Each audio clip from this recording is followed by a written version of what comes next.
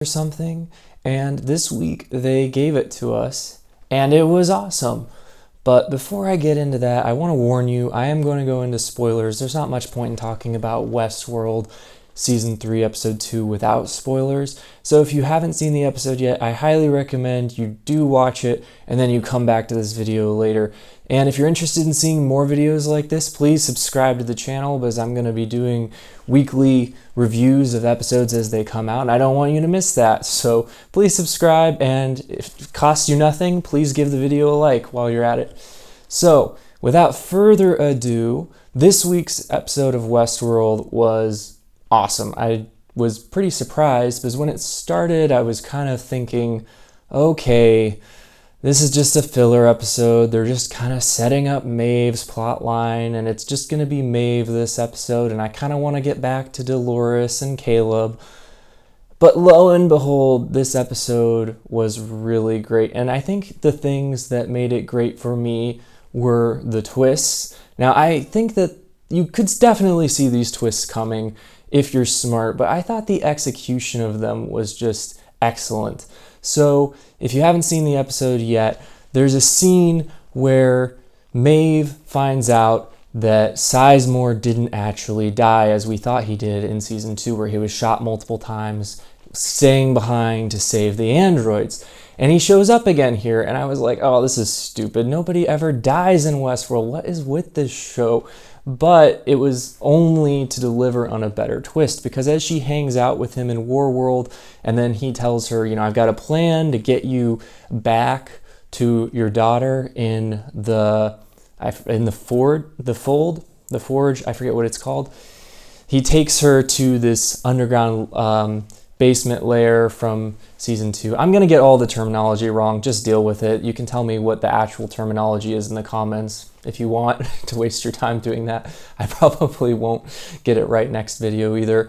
But anyway, they go down to the forge, and lo and behold, up till this point, it was cool because they have the aspect ratio that that they use. It kind of cuts into the black bars with the different aspect ratio to indicate that they're in that digital reality, that they're not actually in Westworld or in anywhere physical. And she has a moment with Sizemore where he comes on to her and starts kissing her. And at that moment, I knew. I was like, oh, he's not really Sizemore. He died. And he was trying to get her to give him information, and that was obvious to me. So I had already figured out. But then when the black bars slowly drop down and then the music just comes in, it was just great. I loved that scene, the way that they revealed that she was in the digital world and not in the real world. I was just enthralled by that. Overall, Gore World was not that interesting. I didn't really it was exactly what I expected it to be, which it was more, mediocre adventures in Westworld. I think that the Nolans are really good at a lot of things, but they're not good at creating action sequences. I can't name, and I don't think, if you can, tell me, but I can't think of a single great action sequence in the show. And, a show can be great without focusing on action, but, having a good action scene certainly helps to make a story more interesting, in my opinion. I think it can be like the salt and pepper to a good story, let's put it that way. So I was thrilled with the fact that we're not going to spend very long in War World, that it was just one episode there and we're done. That's about an appropriate amount of time there, I feel personally. I appreciated the return of Rodrigo Santoro's character, and I was miffed because again, the same experience I had with Sizemore being back. I was like, oh, can't anybody stay dead in this place? But, he's basically not, he's still dead too, essentially. So I was happy with that they hadn't just completely reversed the stakes. Now, Bernard's journey this episode wasn't super interesting. I enjoyed having Stubbs back. I actually think he's the second most charismatic Hemsworth brother. I would put him above Liam personally. I think Liam is probably the best looking Hemsworth, but I think Chris Hemsworth is the most charming, and I actually think Luke Hemsworth is the second most charming. I think he's just kind of got an everyman vibe going for him, and I'm happy to see that he's going to continue on with Bernard. But the highlight of their plot line for me, and I think this was, this was gimmicky. A lot of people will probably get annoyed by this, but I loved that they had the Game of Thrones creators show up in this episode while they're going through the Westworld facilities, the Delos facilities, and looking to try and plug Bernard in because they're trying to find Maeve. And I really appreciated that reveal that there was I think it was Zone 4, they said, that has dragons. And I wish they could have had like some of the actual Game of Thrones actors, but maybe that would have been a step too far and would have cheapened Game of Thrones. I mean, everyone hates Benioff and Weiss anyways, so they're not doing any damage to their reputations by appearing here. I thought it was kind of hilarious that they're going to be selling the dragon. That just seems appropriate, given that they kind of seemed like the kind of people that would sell anything they could sell.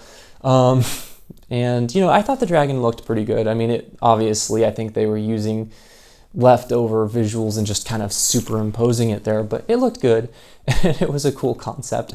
I find it a little bit amusing. I'm like, that dragon better stay under control, better not have someone reprogram that dragon. I know people want Maeve or somebody to ride on the dragon, but I just think they should leave it at this. Like, I think that's the appropriate amount of Game of Thrones referencing. I think any further and it would just overtake the show's seriousness. I appreciated the introduction of the new character, and I forget the actor's name. I'll add it up later, but he was interesting. I noticed that his English has some problems. He mispronounced a few words pretty egregiously, but I think he's a compelling performer, and he has interesting facial expressions and line delivery, even though language might be an issue for him.